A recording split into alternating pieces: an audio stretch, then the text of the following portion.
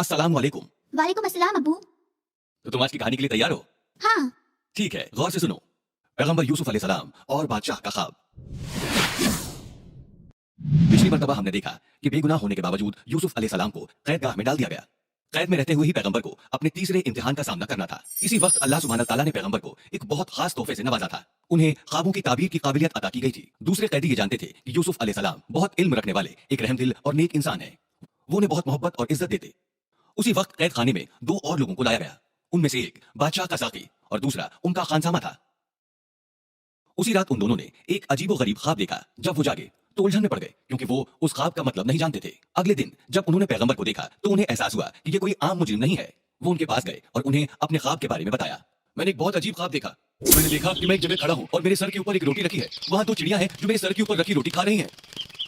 ये सुनने के बाद पैगंबर ने सबसे पहले अल्लाह सुब्हानहू तआला का नाम लिया। फिर उन्होंने उसे उस ख्वाब की ताबीर समझाई। ख्वाब की ताबीर ये थी कि खानसामे को सूली पर चढ़ाया जाएगा जब तक कि उसकी मौत न हो जाए। फिर पैगंबर ने बादशाह के साकी से उसके ख्वाब के बारे में पूछा। मैंने देखा मैं महल के अंदर खड़ा हूँ, साकी ने कहा, और बादशाह का जाम भर रहा हूँ। पैगंबर ने कुछ देर इबादत की और फिर बोले कि साकी जल्दी ही आजाद हो जाएगा और वो बादशाह की फिर खिदमत करेगा। पैगंबर ने साकी से कहा कि वो बादशाह से उनके बारे में बात करे और उन्हें बताए कि एक बेकसूर इंसान को कैद में रखा गया है जिसका नाम यूसुफ है। ख्वाबों की जो ताबीर पैगंबर ने बताई थी वो सही हुई। खानसामे को सूली पर चढ़ाया गया जैसा कि पैगंबर ने कहा था। साकी भी महल में वापस लौट गया, लेकिन जैसे ही वो खिदमत में लौटा शैतान ने उसे पैगंबर की बात भुला दी और इसी वजह से यूसुफ अलैहिस्सलाम को कुछ और साल कैद में बिताने पड़े। कुछ सालों बाद एक रात को बादशाह अपने महल में सो रहा था। उस रात बादशाह ने एक अजीब ख्वाब देखा। अपने ख्वाब में उसने देखा कि वो नील नदी के किनारे पर खड़ा है। उसने देखा कि पानी कम होता जा रहा है और जमीन नजर आने लगी है। उसने देखा कि मछलियां बगैर पानी के उछल कूद कर रही हैं। फिर उसने नदी में से 7 मोटी गायों को निकलते हुए देखा, जिनके पीछे 7 दुबली गाय थी। दुबली गायों ने अब मोटी गायों को निगलना शुरू कर दिया।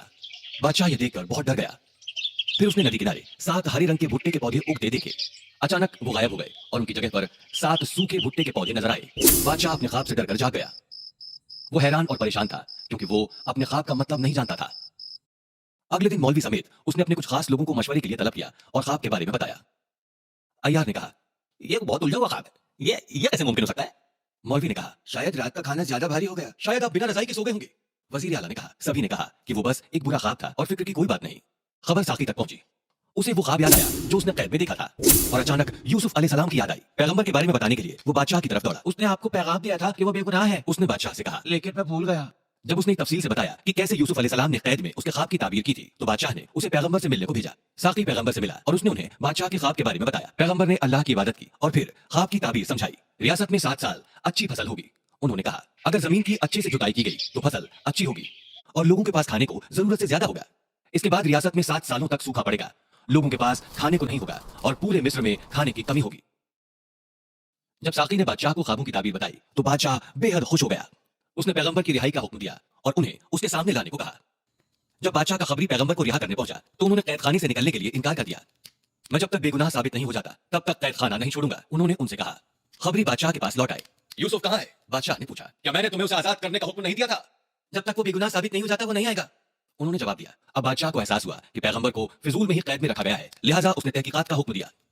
वजीर आला की बीवी जुलेखा को दीवाने आम में लाया गया और उन खास लोगों की बीवियों को भी जो शानदार दावत में शामिल थीं। दास्तान यूसुफ क्या है? बादशाह ने उनसे पूछा। क्या ये सच है कि उसने वजीर आला की बेगम के साथ बुरा बर्ताव किया था? उसने कुछ नहीं किया, एक औरत ने कहा। उसने कोई नुकसान नहीं पहुंचाया, दूसरी ने कहा। वो फरिश्तों जितना मासूम है, एक और ने कहा। अब सबकी निगाहें जुलेखा की तरफ टिक गईं। उसका चेहरा लटक गया। जब से पैगंबर कैद में थे वो तभी से बहुत उदास थी। गलती मेरी थी, उसकी नहीं, उसने दिलेरी से कबूल किया। तो वो बेगुनाह है जैसा कि वो कहता है, बादशाह ने कहा।